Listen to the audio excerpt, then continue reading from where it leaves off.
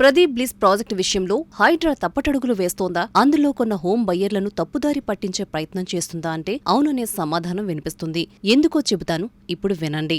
సోమాజిగూడలో Pradeep bliss ప్రాజెక్టుకు Pradeep సంస్థే owner కాదు. ఇందులో ప్రదీప్ సంస్థతో సహా మరో 2 ల్యాండ్ లార్డ్స్ ఉన్నారు. వారి నుంచి డెవలప్మెంట్ అగ్రిమెంట్ తీసుకుని ప్రదీప్ బ్లిస్ ప్రాజెక్టును ప్రారంభించింది. 2018లో ప్రదీప్ సంస్థ జీహెచ్ఎంసీకి అనుమతి కోసం దరఖాస్తు చేసుకుంది. అప్పట్లో జీహెచ్ఎంసీ విభాగం కింద ఉన్న ఇరిగేషన్ డిపార్ట్మెంట్ అధికారులు ఈ ప్రాజెక్ట్ ఎఫ్టీఎల్ పరిధిలో లేదని లిఖిత పూర్వకంగా రాసిచ్చారు. దాన్ని ఆధారంగానే జీహెచ్ఎంసీ అనుమతిని మంజూరు చేసింది. ఆ తర్వాతే రెరా పర్మిషన్ లభించింది. ఈ రెండింటినీ చూశాకే ప్రజలు అందులో ఫ్లాట్లను కొనుగోలు చేశారు. 2025లో ఈ ప్రాజెక్ట్ నిర్మాణ పనులు పూర్తయ్యాయి. జీహెచ్ఎంసీకి ఓసీ కోసం దరఖాస్తు చేసుకున్నారు. అప్పటినుంచి నేటి వరకు ఆక్యుపెన్సీ సర్టిఫికేట్ రాలేదు. ఎందుకు ఓసీలు రిలీజ్ కావటం లేదు అందరికీ తెలిసిన విషయమే. ఇటీవల హైడ్రా మంది మార్బలంతో వచ్చి ఇక్కడ కొంత హడావిడి చేసింది. మీడియాను వెంటబెట్టుకుని మరీ హల్చల్ చేసింది. ఇది కేవలం బయ్యర్లను భయాందోళనకు గురి చేయడానికి అని ప్రజలకు కూడా అర్థమైంది. ఈ ప్రాజెక్టుకు రెరా గడువు ముగిసిపోయిందని టీజీ రెరా పత్రికా ప్రకటనను విడుదల చేసింది. TG RERA